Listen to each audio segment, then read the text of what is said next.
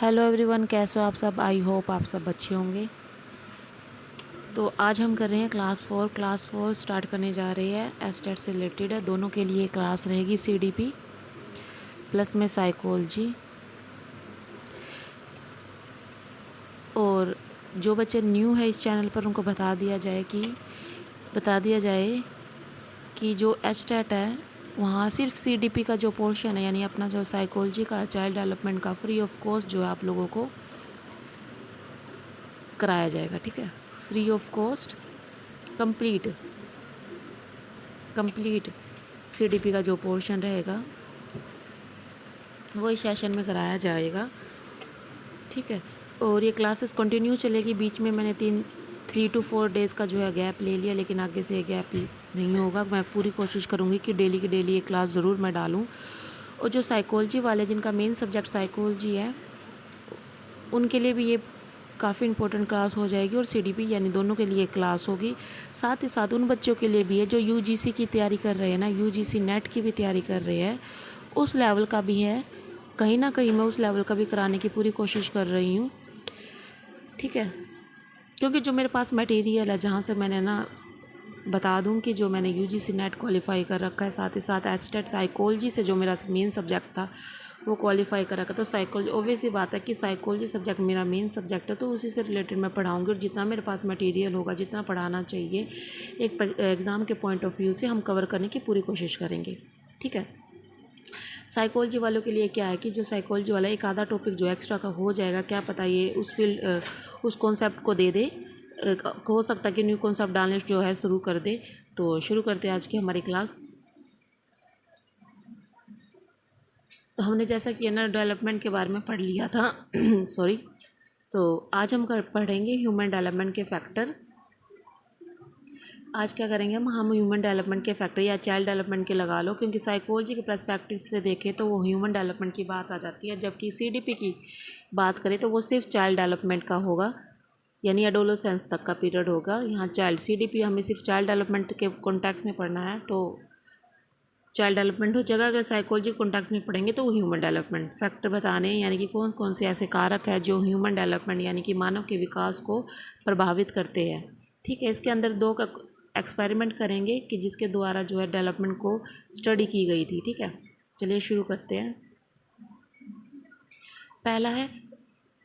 पहले देख लेते हैं ह्यूमन डेवलपमेंट फैक्टर यानी मानव विकास, हिंदी भी साथ साथ करेंगे हम, विकास कारक।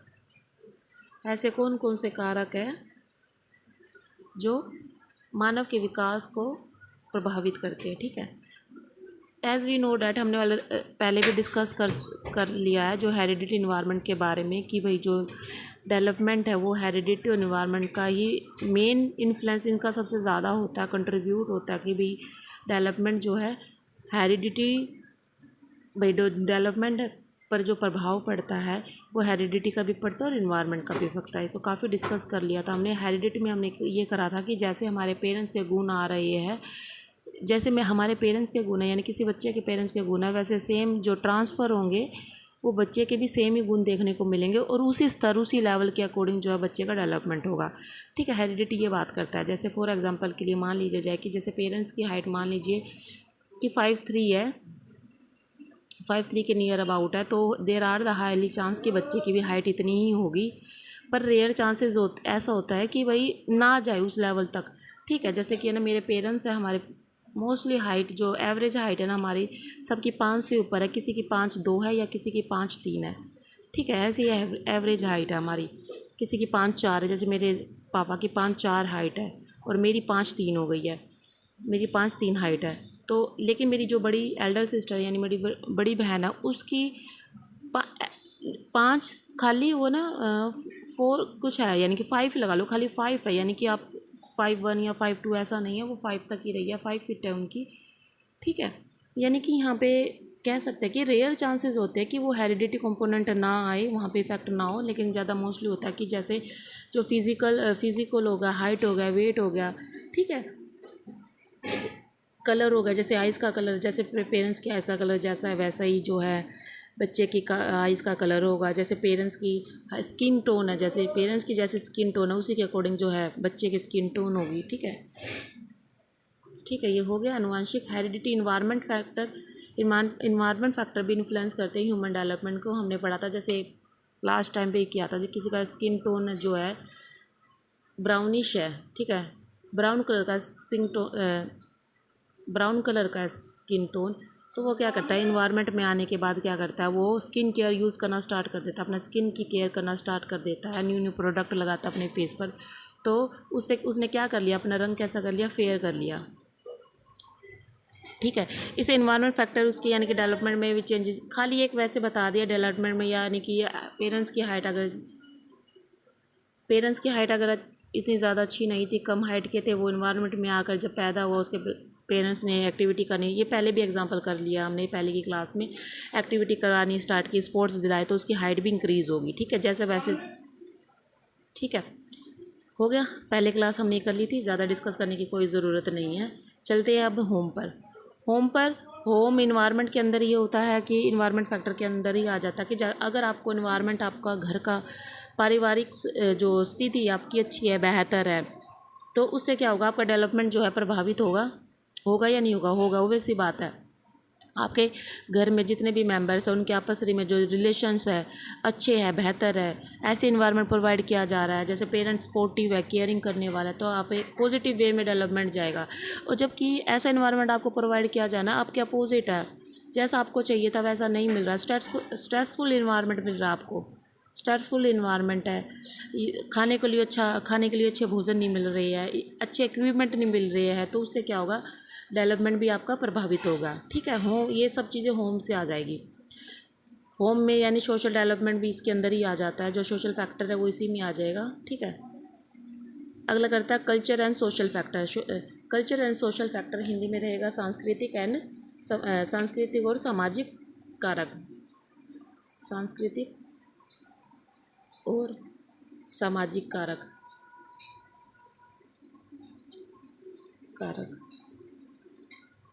ठीक है, सांस्कृतिक और सामाजिक कारक यानी कि देखिए, आपकी संस्कृति यानी आपके कल्चर में क्या फॉलो किया जा रहा है, क्या रूल्स एंड रेगुलेशन बनाए गए हैं, क्या नॉर्म्स है, मूल्य हो गए, वैल्यूज़ यानी कि वैल्यूज़ होगी, हमारे नॉर्म्स हो गए, रूल्स बनाए गए हैं, जो हमारे बिलीव्स हो गए। एक मिनट, देखो कल्चर में क्या आ जाएगा, बिलीव्स, नॉर्म्स, वैल्यूज़।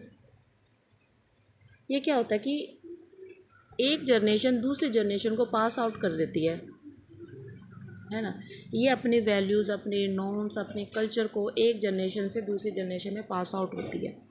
ठीक है, अगर मान लीजिए कि आपके बिलीफ और नॉर्म्स और वैल्यू पॉजिटिव साइड से रिलेटेड है, यानी घर का वातावरण अच्छा है, अच्छी चीज़ें, आपके विचार अच्छे हैं, तो वैसा ही बच्चा बनेगा। ठीक है, जैसे पेरेंट्स सुबह उठ के घर में, जैसे बच्चा है सुबह उठ के सभी को प्रणाम करता है, सभी से रिस्पेक्टफुली बात करता है, तो बच्चा भी वैसा ही बनेगा, वैसा ही सीखेगा। ठीक है, लेकिन वहीं अगर स्टार्टिंग में ये देखा जाए कि अगर घर का ही वातावरण ऐसा बना रखा है, नेगेटिव है, विचारधारा सबकी नेगेटिव है, तो बच्चा भी वैसे ही चीज़ को फॉलो करेगा। ठीक है, हो गया ना कल्चर फैक्टर। कई कल्चर्स ऐसे होते हैं, जैसे कि हमारे इंडियन कल्चर में देखा जाता है कि सुबह उठ के सभी प्रणाम करते हैं, पूजा पाठ करते हैं, अपने बड़ों का आदर करते हैं। ठीक है, लेकिन बहुत सारे ऐसे कल्चर्स हैं जिसके अंदर ये चीज़ फॉलो नहीं होती, ये ट्रेंड फॉलो नहीं होता। दूसरों को प्रो सोशल बिहेवियर हमने पढ़ा है, साइकोलॉजी वालों को पता होगा, प्रो सोशल बिहेवियर यानी दूसरों की हेल्पिंग करना, मदद करना, ये भी हमारे कल्चर के अंदर आता है कि हम दूसरों की मदद करते हैं बिना किसी बेनिफिट के, भाई हमें कोई लाभ नहीं हो रहा है, बस हमारा इंटेंशन होता है कि दूसरे को मदद करना होता है। ठीक है, तो ये चीज़ आ जाती है कल्चर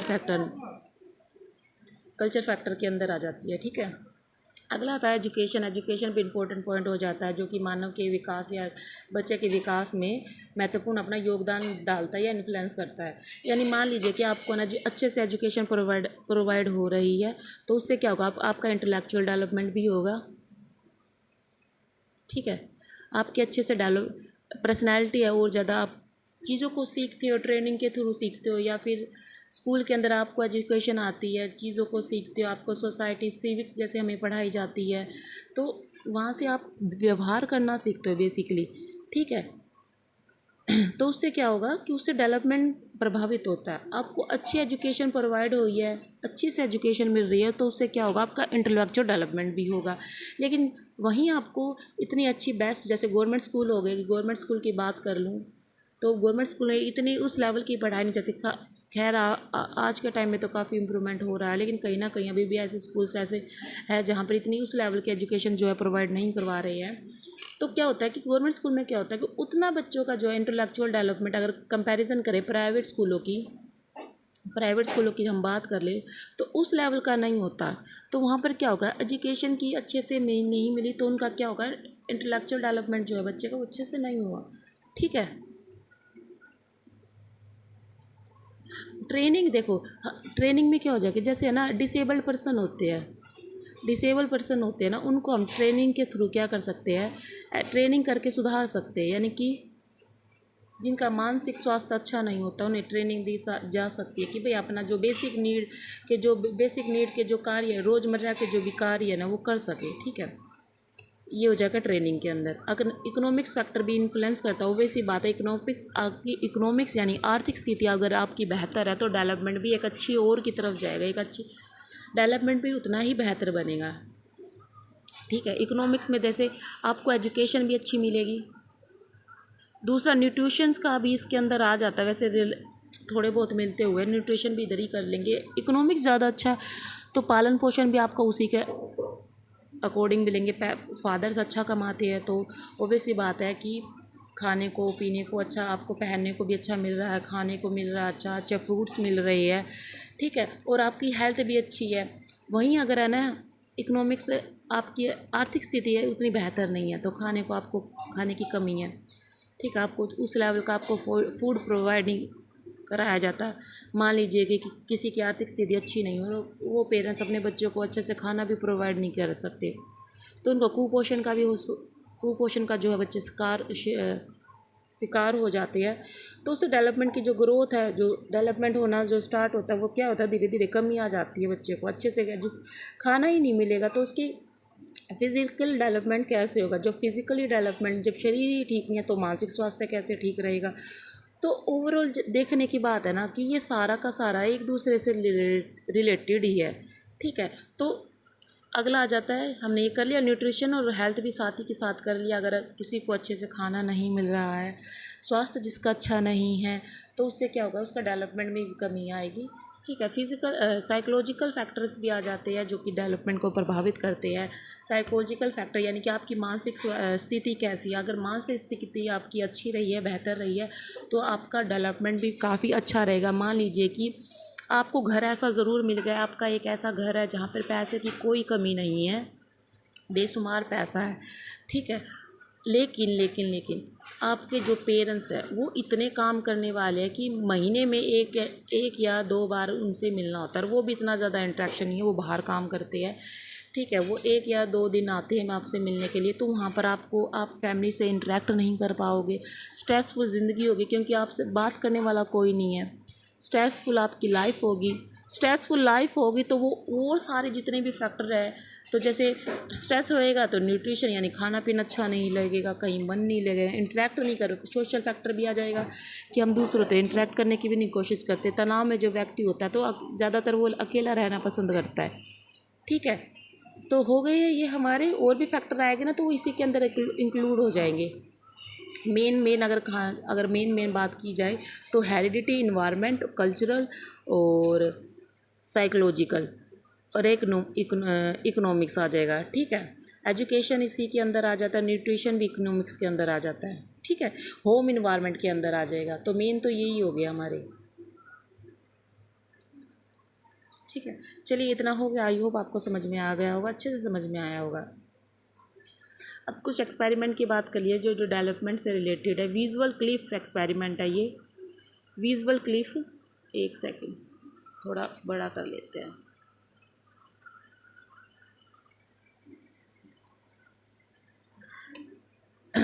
तो विजुअल क्लिफ से याद रहे, साइकोलॉजी वाले बच्चों के लिए ज़रूरी है कि क्लिफ का इफ़ेक्ट भी है, क्लिफ इफ़ेक्ट भी है जो कि हम परसेप्शन के अंदर करेंगे। ठीक है, क्लिफ इफ़ेक्ट हो जाएगा।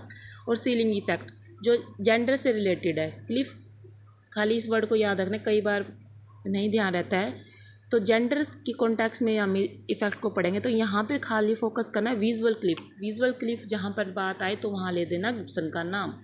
गिब्सन और परसेप्शन की, ये भी परसेप्शन की बात कर रहे हैं। गिब्सन एंड वोक है,